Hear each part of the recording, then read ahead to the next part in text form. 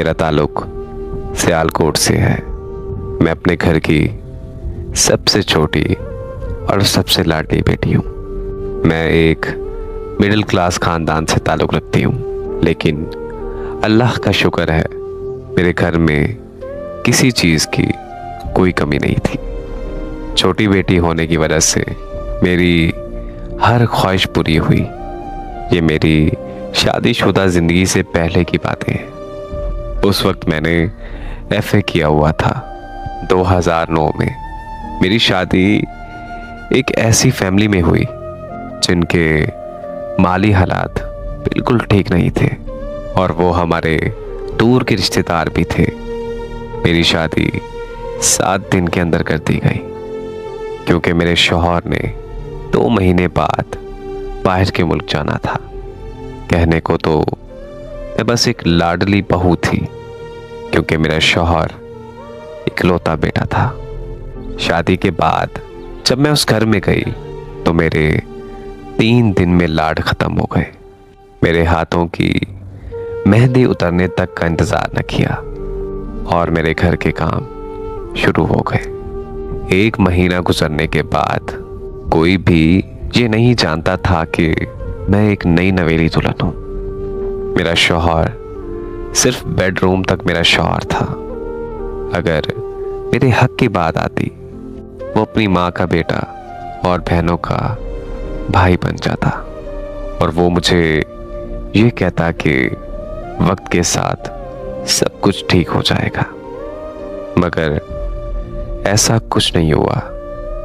मेरे शौहर की छुट्टी ख़त्म हो गई और वो 2 महीने पहले ही गैर मुल्क चले गए।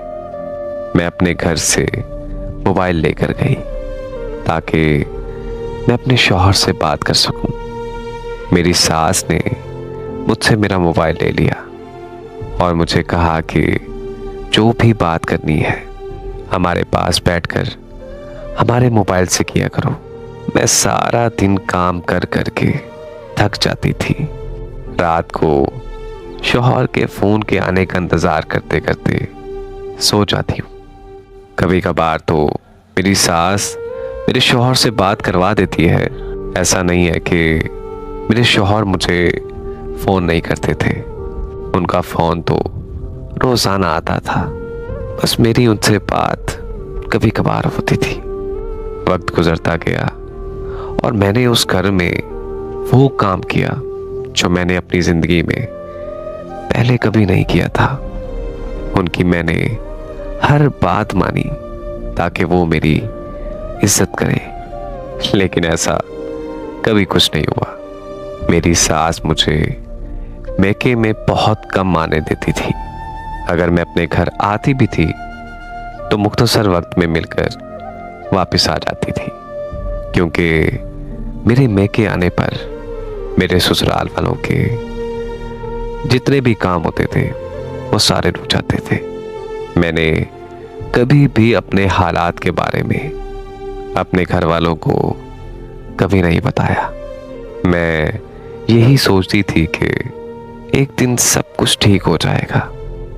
जब मैं अपने मैके से वापस जाती तो मुझे ताने दिए जाते थे कि तुम अपने घर से ये नहीं लेकर आई, वो नहीं लेकर आई।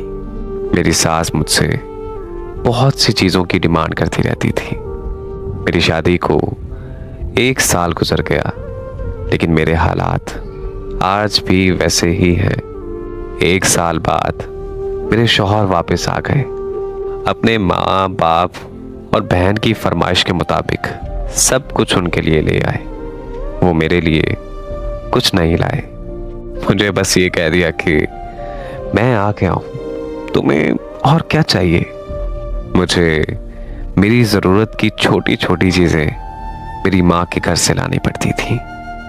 उसी दौरान अल्लाह पाक ने मुझ पर रहमत कर दी। मैं बहुत खुश हुई कि मुझे मेरे सब्र का फल मिल गया, लेकिन मेरी आजमाइश और थी। मेरी खुशी गम में बदल गई और मैं 3 महीने बाद बीमार हो गई। मेरा बच्चा ज़ाया हो गया। मेरे दुख और बढ़ गए। घर के सारे लोग मुझे तरह तरह के ताने देने लगे। मैं कभी माँ नहीं बन सकती। मेरे शौहर बाहर चले गए और मेरी सास ने मुझे घर से बाहर निकाल दिया। मुझे मैके आए हुए 1 महीना भी नहीं हुआ। मेरे शौहर ने मुझसे बात किए बगैर ही घर वालों के कहने पर मुझे तलाक भेज दी। साथ में मेरे जहेज का सामान भी भेज दिया। 2 साल में सब कुछ खत्म हो गया। अब मेरी जिंदगी में बस सिर्फ रोना ही बचा था। मैं बहुत बीमार रहने लगी थी। किसी से कोई बात नहीं करती थी। मैंने खुद को एक कमरे में बंद कर लिया। मुझे तलाक लिए हुए सिर्फ 1 ही साल गुजरा था। फिर मेरी दोस्त के भाई का रिश्ता आया। वो पहले से ही शादीशुदा था और एक बेटी का बाप भी था। मेरे घर वालों ने मेरी शादी कर दी। मेरी सास मुझे बहुत प्यार से मिलती और मुझे ये कहती कि अब मेरी जिंदगी में सारे दुख खत्म हो जाएंगे। हम उसे बहुत प्यार से रखेंगे। 2013 में मेरी शादी हुई। मेरा दूसरा शौहर भी बाहर के मुल्क काम करता था। मेरा शौहर निकाह के 3 दिन बाद बाहर चला गया। मैंने उसकी बेटी और माँ की बहुत खिदमत की। शुरू में सब कुछ ठीक रहा, लेकिन ये बात उसकी माँ को पसंद ना आई कि उसका बेटा मेरा ख्याल रखे। मेरी सास ने घर में लड़ाई झगड़े शुरू कर दिए। बात बात पर मुझे ताने देती और गालियां भी देती थी। जब मैं मना करती तो छोटी बातें बनाकर मेरे शौहर को बताती। आहिस्ता आहिस्ता मेरे शौहर मुझसे दूर होने लगे। मैं उन्हें बहुत सफाइयाँ देती, उनकी मिन्नतें करती। सच क्या है, मेरा शौहर मेरी किसी बात पर यकीन नहीं करता था। मुझे हर बात पर यही कहता था कि तुम झूठ बोलती हो। मेरी माँ और सब घर वाले सच कहते हैं।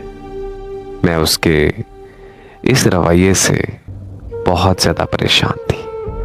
मुझे उस घर में भी कोई इज्जत नहीं मिली जो एक बहू को मिलनी चाहिए। तो ऐसे ही 1 साल गुजर गया। 1 साल बाद मेरे शौहर पाकिस्तान आए। पाकिस्तान 3 महीने रहे। मेरे लिए तो वो परदेश में ही थे। फर्क सिर्फ इतना था कि वो बस बेडरूम तक मेरे साथ थे। वो सिर्फ अपनी माँ की बातें सुनते थे। सब कुछ जान कर भी वो खामोश रहते। वो मेरे हक के लिए कभी भी नहीं बोले। मैंने उस इंसान के लिए हर दुख तकलीफ बर्दाश्त की। उसके हर दुख दर्द में उसका साथ दिया। उसके माली हालात ठीक नहीं थे। मैं अपने भाइयों से पैसे मांगकर उसके लिए लाती थी ताकि घर के माली हालात ठीक हो जाएं। मैंने उस इंसान के लिए अपना जेवर तक बेच दिया, अपना घर बनाने के लिए। मैंने ये सब अपने शौहर के दिल में जगह बनाने के लिए किया। जब तक मैं उन्हें पैसे देती, वो मेरे साथ बिल्कुल ठीक रहते। मैं अपने भाइयों से ज़्यादा पैसे नहीं मांग सकती थी। तब उसका और उसकी माँ का रवैया बदल गया। घर में लड़ाई शुरू हो गई। मेरी सास ने मेरे घर वालों को बुलाया और उनसे कहा कि इसे ले जाओ। जब इसका शौहर आएगा तो इसे वहाँ से ले जाएगा। मैं इसको अपने साथ नहीं रख सकती। तो मैं अपने मैके में आ गई। मैं तकरीबन 1 साल तक अपने घर रही। उस दौरान मेरे शौहर ने मुझसे कभी राब्ता नहीं किया। जब मैंने अपने शौहर से खुद राब्ता किया तो मेरे शौहर की माँ ने मुझ पर बड़े ही घटिया घटिया इल्ज़ाम लगाए। मेरा शौहर अपनी माँ की हर बात मानकर मुझ पर शक करने लगा। जब मेरा शौहर पाकिस्तान वापस आया, मैंने अपने शौहर को बहुत ही समझाने की कोशिश की।